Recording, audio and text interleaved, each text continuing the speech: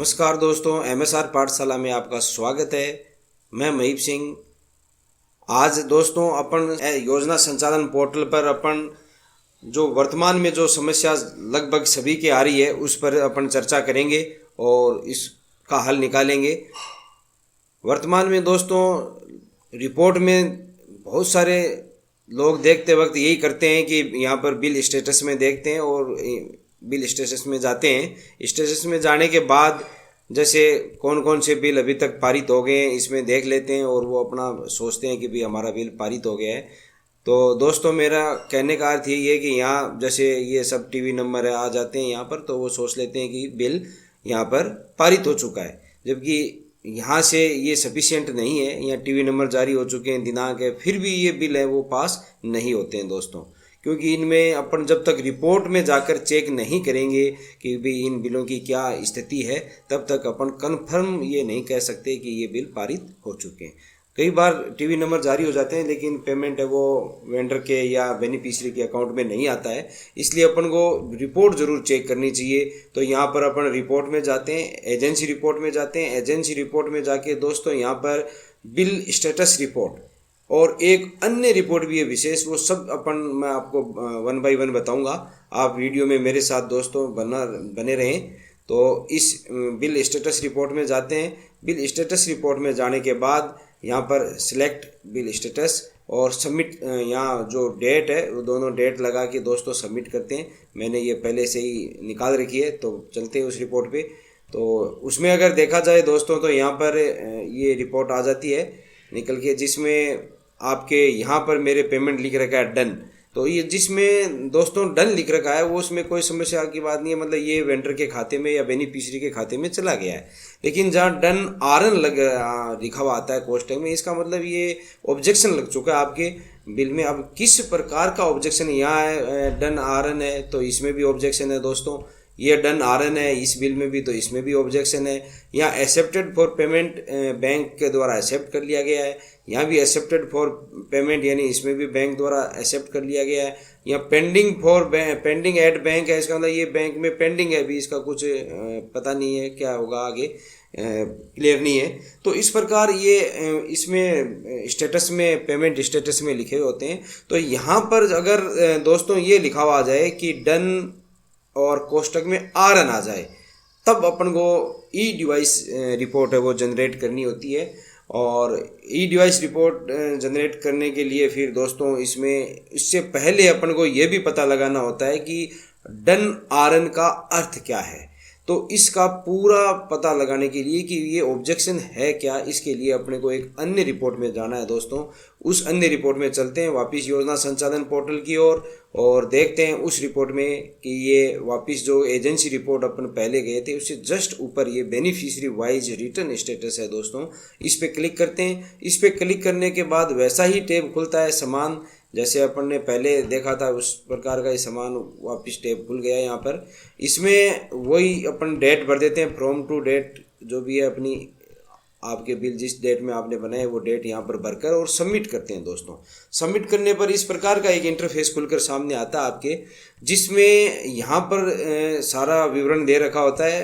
यहाँ bill number दे रखे होते हैं, बेनिफिशियरी का अकाउंट नंबर है और फाइल नंबर भी है, सब कुछ है, स्कूल्स नेम है। यहाँ पर जो रिजेक्शन रीजन दे रखा है दोस्तों, इससे अपन को समझ में आता है कि एक्चुअली में डन आरन का अर्थ क्या है, क्या क्या ऑब्जेक्शन लगे हैं। तो ये चूँकि टीवी के बिल हैं तो टीवी में बहुत सारे बच्चे हैं, तो सब बच्चों के अलग अलग यहाँ पर ऑब्जेक्शन लगा रखा है। इसमें लिख रखा है दोस्तों कि इनसफिशिएंट फंड, और लगभग बच्चों के यही ऑब्जेक्शन लग रखा है, इनसफिशिएंट फंड। जबकि SNA में बहुत सारा फंड पड़ा है, फिर भी बैंक द्वारा ये ऑब्जेक्शन लगाया गया है इनसफिशिएंट फंड। तो टेक्निकल टीम से बात होने के बाद में ये निष्कर्ष निकला है कि ये कोई SNA में कोई टेक्निकल मिस्टेक से ऐसा हो रहा है। तो ये कोई बड़ी बात नहीं है दोस्तों। इसके लिए करना क्या है, बड़ा छोटा सा कार्य करना है, वो मैं आपको बताऊंगा आगे।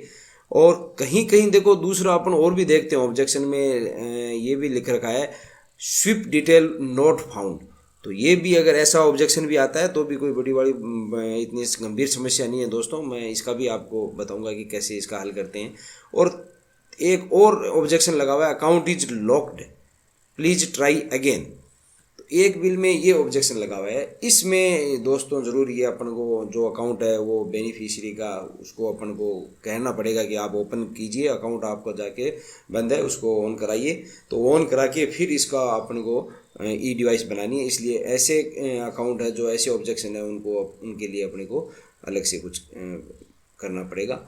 बाकी तो नॉर्मल है ये जो ऑब्जेक्शन लगे हैं। इसके लिए क्या करना है दोस्तों, और ये जो लिस्ट है पूरी दोस्तों ये आप यहाँ पर डाउनलोड भी कर सकते हैं एक्सेल में। आप लिस्ट है वो एक्सेल में डाउनलोड करके प्रिंट निकाल के सामने रख लीजिए, क्योंकि जब भी अपन ई डिवाइस में जाएंगे तो ये अपने को लिस्ट की आवश्यकता होगी।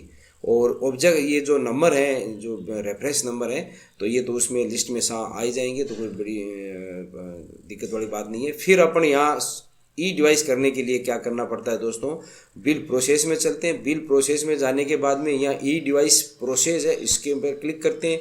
क्लिक करने के बाद में यहाँ पर रेफरेंस नंबर मांगे जाते हैं। वो रेफरेंस नंबर जो कि आपने वो रेफरेंस नंबर मैंने यहाँ पर लगा दिए हैं। लगा के फिर इंटर पर क्लिक करते हैं। इंटर पर क्लिक करने के बाद में एक नया टैब आपके सामने खुलकर आता है दोस्तों।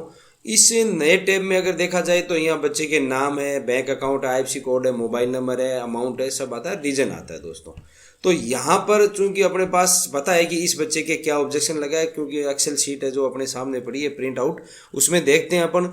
तो यहाँ पर एक महत्वपूर्ण बात है जो मैं बताना चाहूँगा, आप थोड़ा सा ध्यान से यहाँ सुनना दोस्तों, कि जो रीजन है इसमें रीजन अपने को क्या लिखना है कि अगर अपना बैंक अकाउंट गलत है तो बैंक अकाउंट यहाँ से सुधार लेंगे अपन, IFSC कोड गलत है तो IFSC कोड सुधार लेंगे, नाम गलत है तो नाम में सुधार कर लेंगे। और ये सब बैंक पासबुक को देख के करना है अपन को, जो पासबुक में वैसा करना है।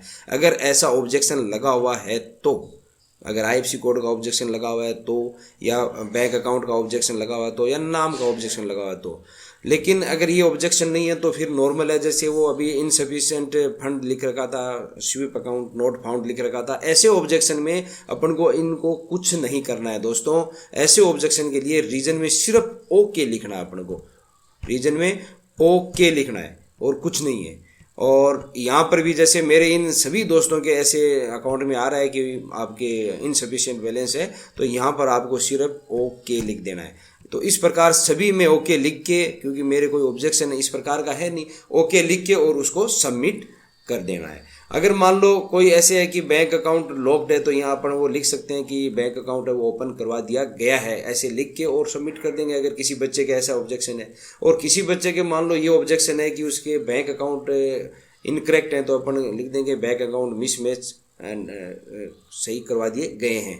यानी इस प्रकार जो भी आपके हल आपने किया है, सॉल्यूशन समस्या किया है, वो यहाँ पर लिख देना है। लेकिन इनसफिशिएंट फंड इनके लिए आप सिर्फ ओके लिख के यहाँ पर और सबमिट कर दें। तो ये एक प्रोसेस हो गई जिसमें अपन यहाँ पर सबमिट कर देंगे। तो उससे ये अपन ई डिवाइस की पहला स्टेप अपन ने पूरा कर लिया है दोस्तों, कि जिसमें अपन ने जो समस्या थी उसका निराकरण कर लिया है। उसके बाद में ई डिवाइस के दूसरे स्टेप की ओर अपन चलते हैं, जिसमें सबसे पहले ऑथराइजेशन में जाएंगे। ऑथराइजेशन में जाकर यहाँ पर अपन बिल फॉरवर्ड का ऑप्शन आता है। जैसे अपन नॉर्मली बिल फॉरवर्ड करते हैं वैसे बिल फॉरवर्ड करना है दोस्तों। फॉरवर्ड करने के बाद में OTP मांगेगा, जो OTP है आप करके जनरेट करके वो बिल फॉरवर्ड कर दीजिएगा। उसके बाद में तीसरा स्टेप है दोस्तों कि आपके जाना होगा यहाँ पर डिजिटल में जाके सॉफ्ट कॉपी जनरेट करनी है दोस्तों।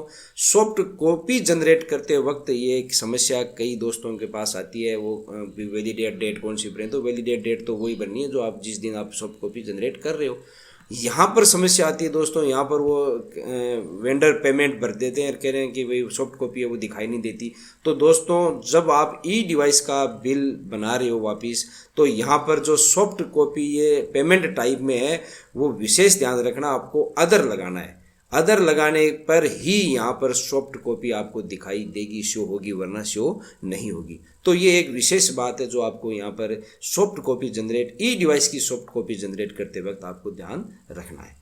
तो ई डिवाइस की सॉफ्ट कॉपी आपने जनरेट कर ली दोस्तों। करने के बाद में आप वापस रिपोर्ट में जाओगे। रिपोर्ट में जाके और यहाँ पर ई डिवाइस रिपोर्ट पे क्लिक करके और ई डिवाइस रिपोर्ट है वो आप डाउनलोड कर लोगे, बिल नेम भर के और बिल नंबर भर के डाउनलोड कर लोगे। तो इस प्रकार सॉफ्ट कॉपी है वो आप ई डिवाइस की डाउनलोड आपने कर ली है। उसके बाद में दोस्तों कि आपने बिल ई डिवाइस आपका सफलतापूर्वक प्रोसेस हुआ कि नहीं हुआ, इसके लिए आप ऑथराइजेशन में पुनः जाइए। पुनः जाकर यहाँ पर ऑथराइजेशन में पुनः जाके और व्यू बिल स्टेटस पे जाएंगे। व्यू बिल स्टेटस पे जाके आप जो भी मंथ है आपका बिल का यहाँ पर और यहाँ पर ईयर भर कर दोस्तों, और जहाँ सेलेक्ट बिल टाइप आपको सेलेक्ट करना है तो यहाँ पर वेंडर पेमेंट नहीं करना है दोस्तों, यहाँ पर भी आपको ई डिवाइस करना है। तो आप चूँकि ई डिवाइस का बिल स्टेटस देख रहे हो तो ई डिवाइस करना है, तो ई डिवाइस करोगे तो वो बिल स्टेटस भी आपके सामने खुलकर सामने यहाँ पर आ जाएगा। तो दोस्तों ये जो समस्या वर्तमान में डन आरएन की आ रही है, उसका ये सॉल्यूशन मैंने आपके सामने समस्या का हल करने की पूरी कोशिश की है। अगर आपको वीडियो दोस्तों अच्छा लगा हो तो लाइक व सब्सक्राइब ज़रूर करना और ज़्यादा से ज़्यादा शेयर करना, ताकि सभी लोगों के पास ये पहुँचे और वो इस समस्या से निजात पा सकें। आपका प्रिय दोस्त महीप सिंह।